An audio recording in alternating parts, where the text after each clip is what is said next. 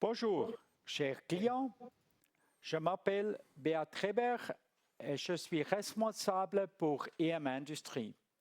Nous vous souhaitons la bienvenue au webinaire EM Industrie de la société Verma sur le thème « Le monde de signaux des solutions intelligentes pour l'industrie ».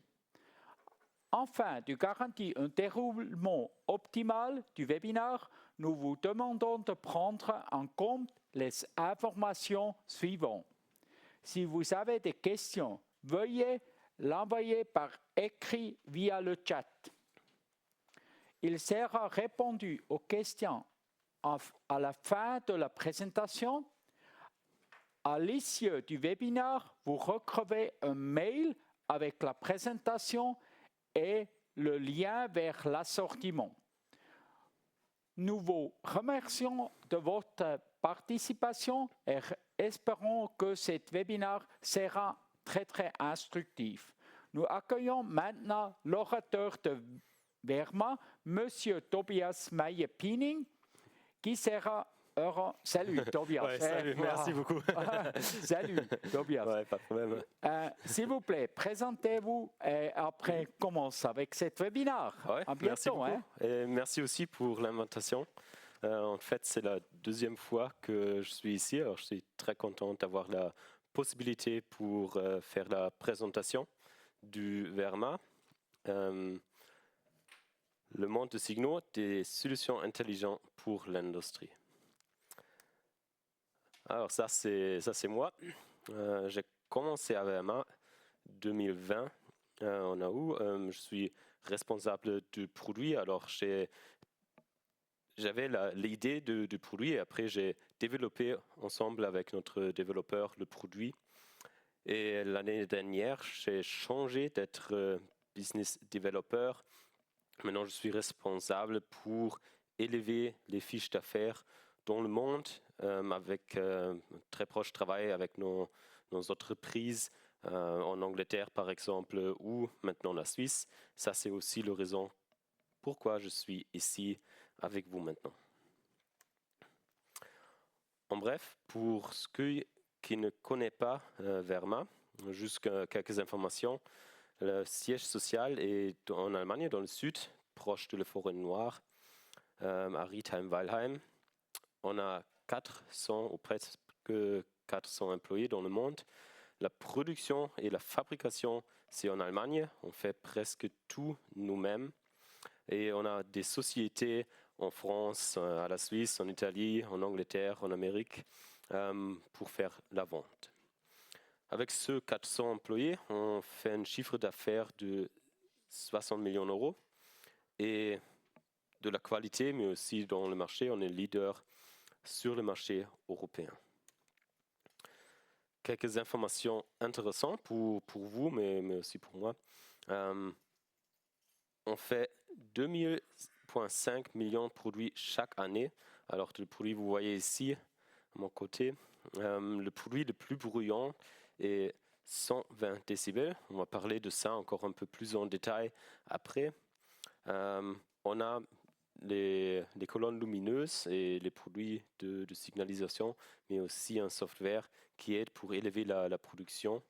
Et comme ça, on savait qu'on a une augmentation de la productivité de 15% de notre cliente.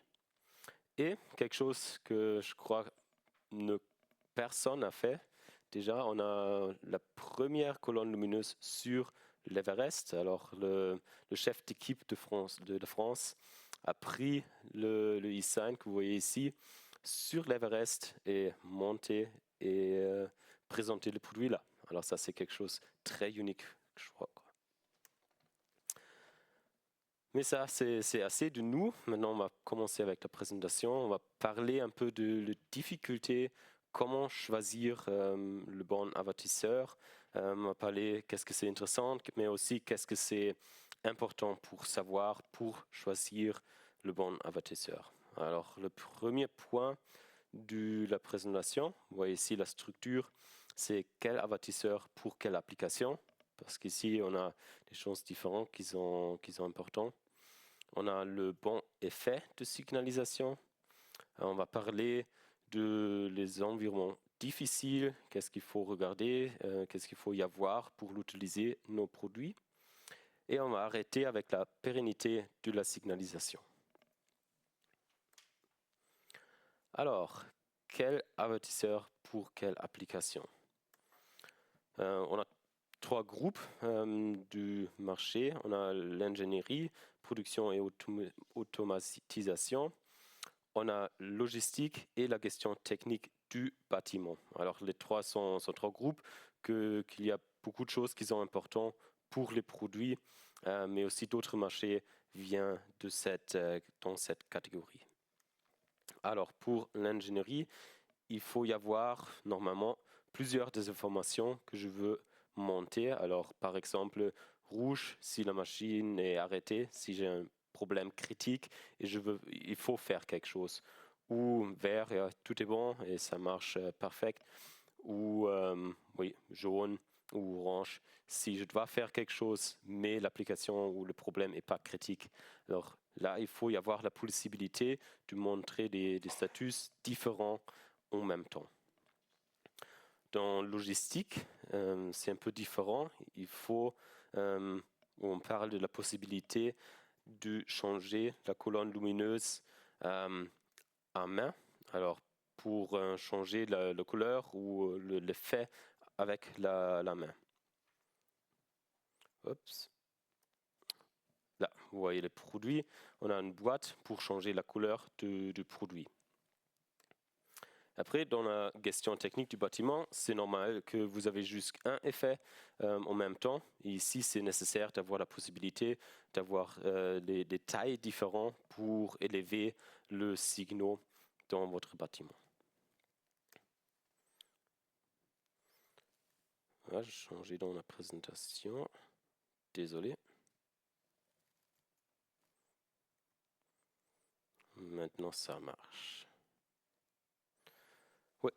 Après, il faut regarder la distance. Alors, quelle est l'intensité du signal?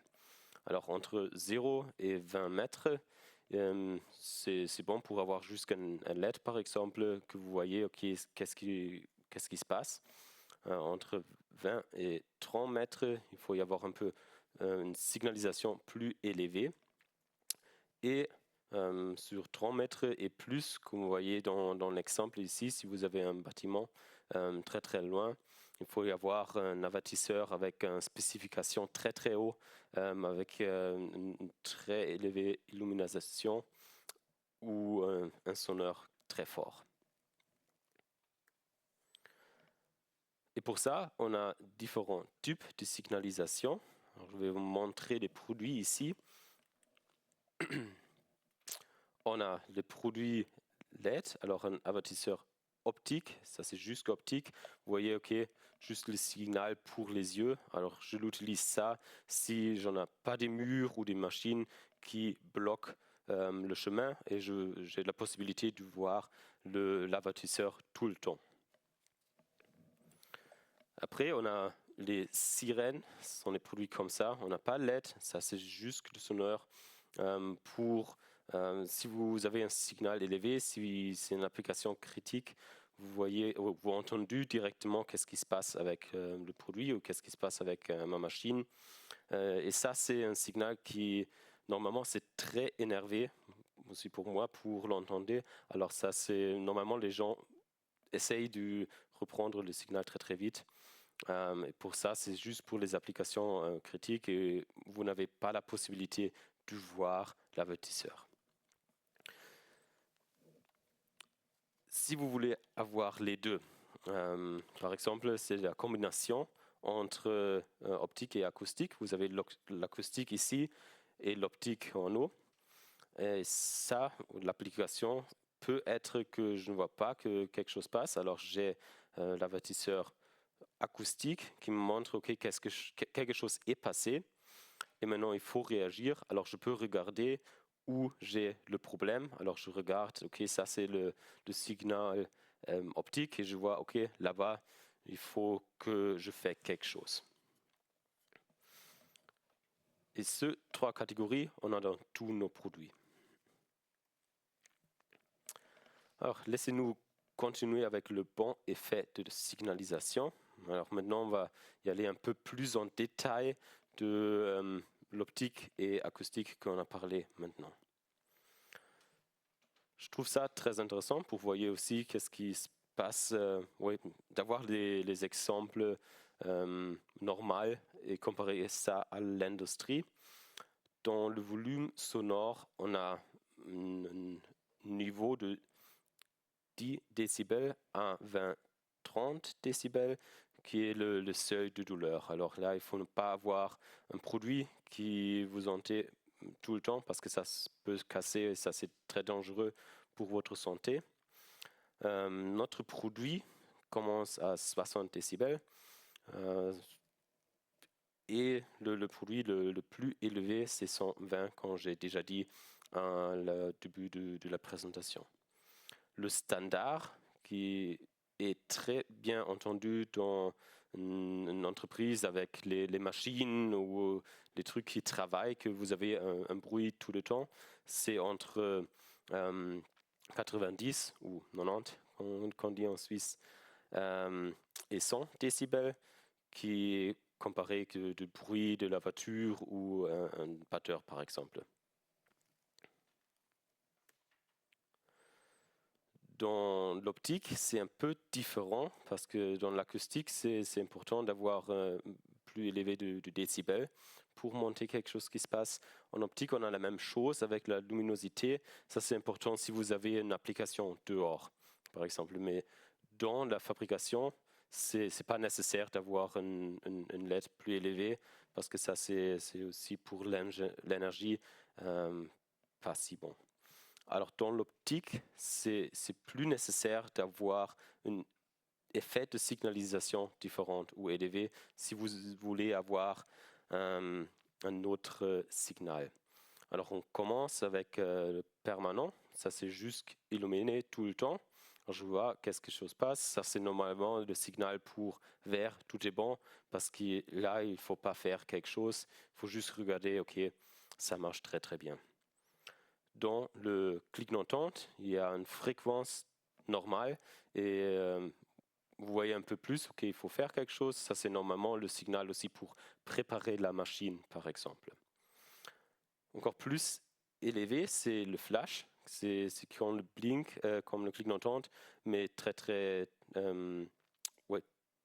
vite. Et le EVS, ça, c'est une invention du Verma. Alors, on a construit ce terme aussi. Ça, c'est que l'homme sont possible de s'habituer d'une certaine fréquence de produit. Alors, vous voyez, ok, ça flash tout le temps en même vitesse. Alors, moi, je ne vois pas que dans quelques minutes que quelque chose s'est passé parce que j'ai vu, ok, ça c'est quelque chose là-bas, mais tout le temps. Et l'EVS, ça change la fréquence tout le temps. Alors le signal est différent tout le temps et pour ça, c'est un signal élevé que juste le flash. Et après, on a le rotatif qui est le signal le plus fort et je vais montrer ça après dans une petite vidéo.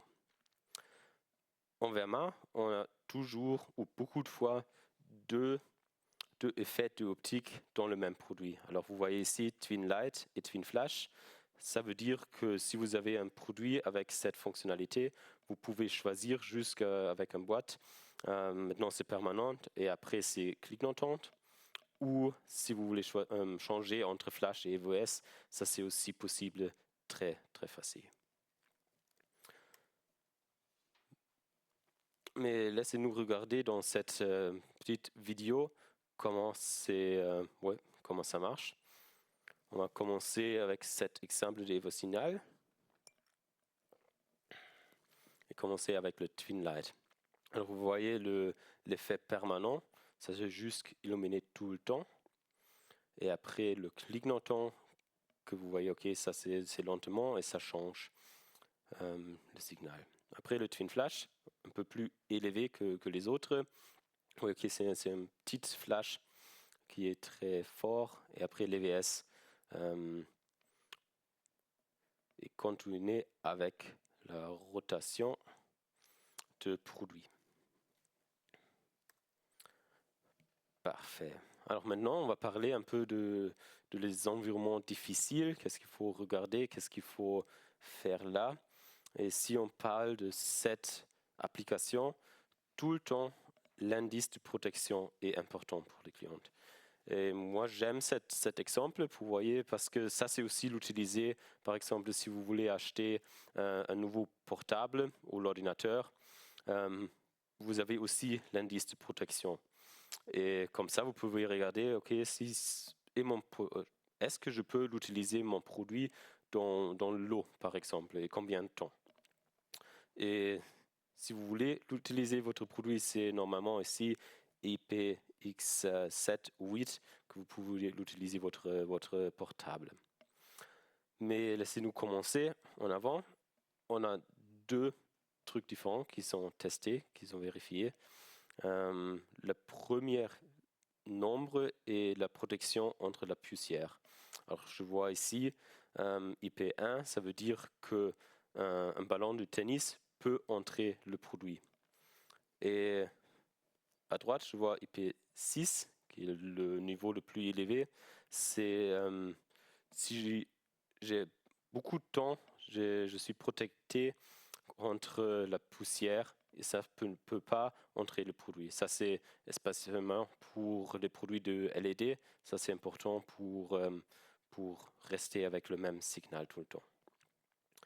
L'autre fiche, l'autre nombre, c'est pour la protection contre l'eau. Comme j'ai déjà parlé, si vous voulez rester le produit dans l'eau ou si vous voulez l'utiliser le produit dans le pluie d'un certain angle ou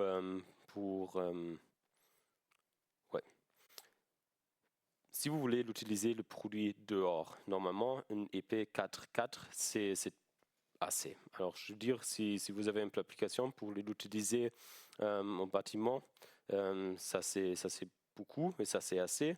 Nous, à Verma, on a choisi de prendre un produit un peu plus élevé parce que aussi avec la poussière, c'est important d'avoir une certaine résistance. Et c'est pour ça que notre produit sont en standard à un indice de protection du IP5.6. Et notre produit le plus élevé, avec le niveau le plus fort, c'est IP6.9K. Alors ça, c'est le plus haut possible pour toutes les applications qui sont dans le marché.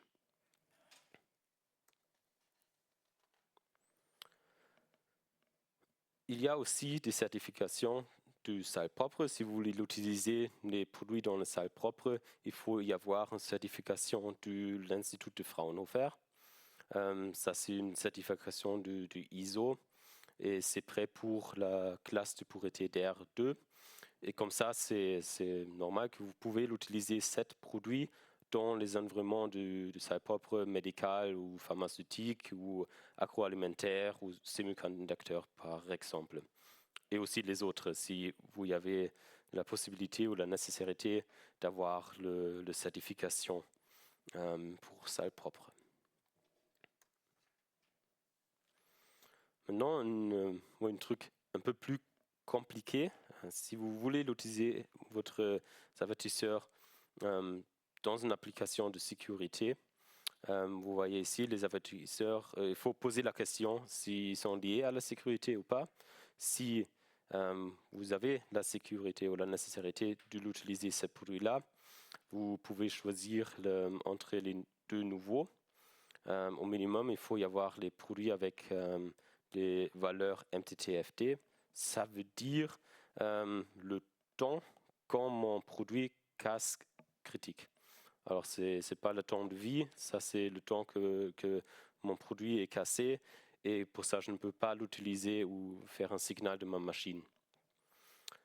Ici, il y a des catégories différentes et nos produits sont tous classifiés plus de 100 années que j'ai une critique. Le deuxième fois, c'est le produit avec niveau de performance. Alors ici, on regarde la blessure et aussi la fréquence du danger pour voir et calculer ça contre la possibilité d'éviter les valeurs MTTFD et le degré de couverture du diagnostic. Alors, et les deux sont prend ensemble et après, vous avez le niveau de performance. Et le niveau A, ça c'est une faible contribution, le risque n'est pas très haut, mais aussi je ne fais juste qu'une petite chose pour faire la réduction du risque. Et le niveau numéro E, ça c'est le plus haut possible, il y a le risque et le danger est très très très haut. Et j'ai aussi une contribution élevée à la réduction du risque. Ça veut dire, en exemple de ce produit-là, le produit dit-nous si elle est cassée. Alors s'il y a quelque chose que le produit ne marche pas, alors LED par exemple n'est pas allumé, il donne un signal de la machine, ok, machine, je suis cassé, il faut changer le produit. Et comme ça, vous savez directement que quelque chose est passé et je change le produit et comme ça, s'il y a un risque, je suis sûr que mon signal marche propre et je peux l'utiliser. Oui, maintenant c'est le dernier truc que je veux parler, la pérennité de la signalisation. Ici, c'est très important que le marché se développe dans la communication industrielle un peu plus compliquée. Alors normalement, on a une connexion du 24 volts pour illuminer le produit, mais avec IO-Link, vous avez la possibilité de donner les informations en capteur et aussi retirer les informations du capteur. Alors vous avez une communication bidirectionnelle que très souvent l'utiliser dans une machine avec beaucoup de capteurs. Et ici, on a deux possibilités de l'utiliser nos produits. Avec le produit normal, le standard, vous avez un élément, vous pouvez ajouter dedans. Et après, vous pouvez l'utiliser, l'IO-Link, aussi avec notre produit. Et on a un produit qui est spécialement fait pour cette application, pour IO-Link. C'est aussi le produit que j'ai ici. Ici, vous pouvez changer avec la machine la couleur, l'intensité ou aussi le mode d'opération. La deuxième communication industrielle, c'est le ASI. Ça, c'est une communication élevée. Alors ici, vous avez un câble très très très loin, jusqu'à 1000 mètres. Et je peux ajouter des modules ou des répéteurs pour élever la communication. Aussi, ici, on a un élément que vous pouvez ajouter dans l'avertisseur pour la colonne lumineuse pour l'utiliser avec l'ASI. Et normalement, dans l'industrie, vous avez la possibilité, ou beaucoup de clients l'utilisent, l'ASI par exemple, pour la communication entre les machines, alors dans la fabrique. Et dans la machine, ils utilisent IO-Link parce que IO-Link, c'est une technologie que vous pouvez connecter avec l'ASI et l'utiliser tous les deux en même temps. La communication dernière que je veux parler aujourd'hui, c'est l'USB. Ça, vous connaissez très très bien aussi de vous à la maison. Ça, c'est possibilité de l'utiliser nos produits avec un software de nous et vous pouvez changer la couleur ou aussi le mode d'opération avec votre ordinateur. Ça, c'est important si vous avez un truc de travail avec votre ordinateur et aussi par exemple dans logistique.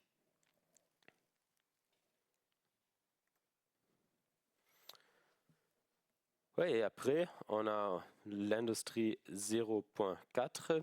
Ça, c'est un truc que moi, je trouve très important. Et moi, je fais aussi dans mon métier beaucoup.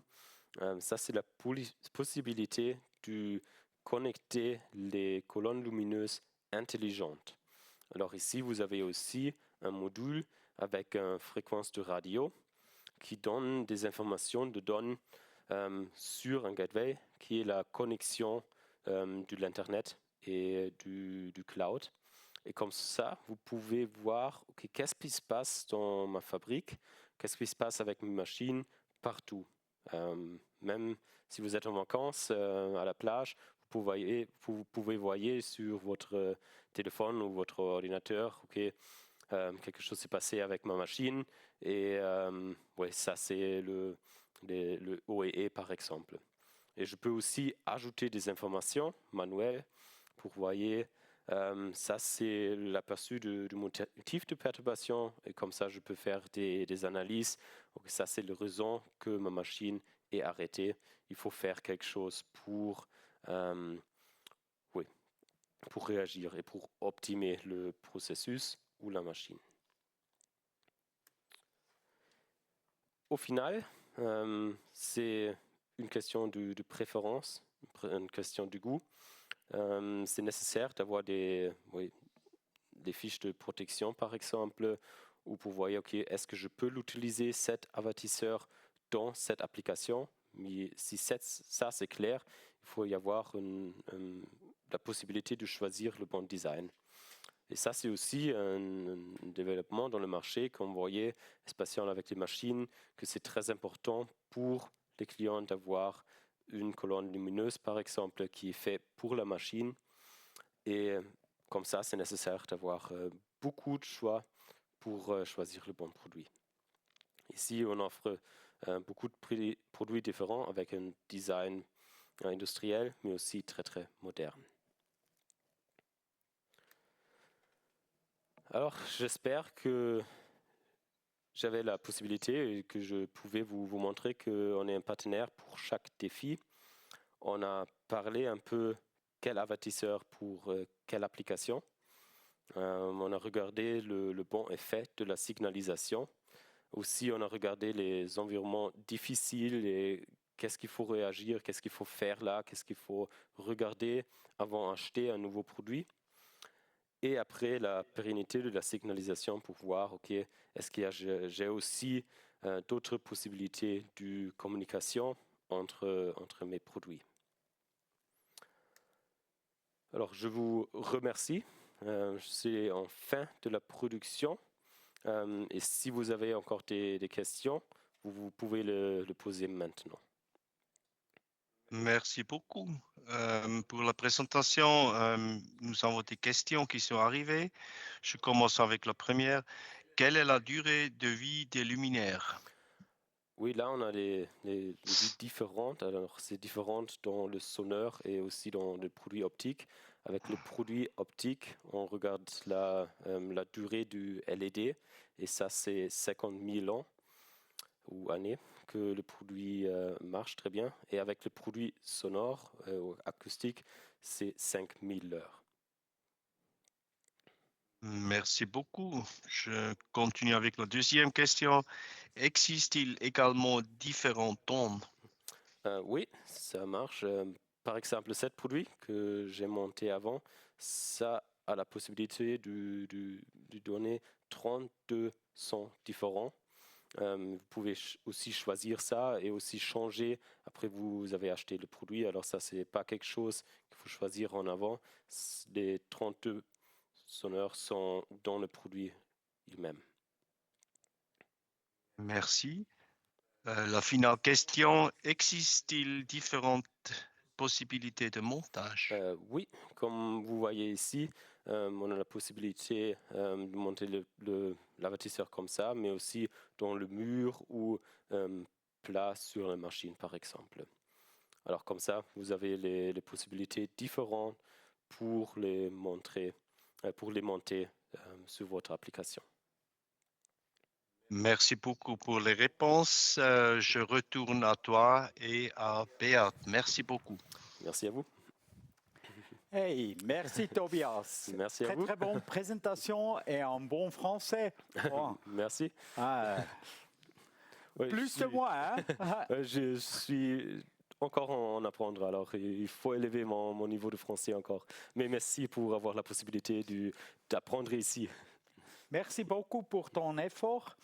Je vois dans la présentation aussi cette nouveau gamme est digitalisation ready, industrie 4.0. S'il vous plaît, highlight encore une fois les deux protocoles pour faire la connexion.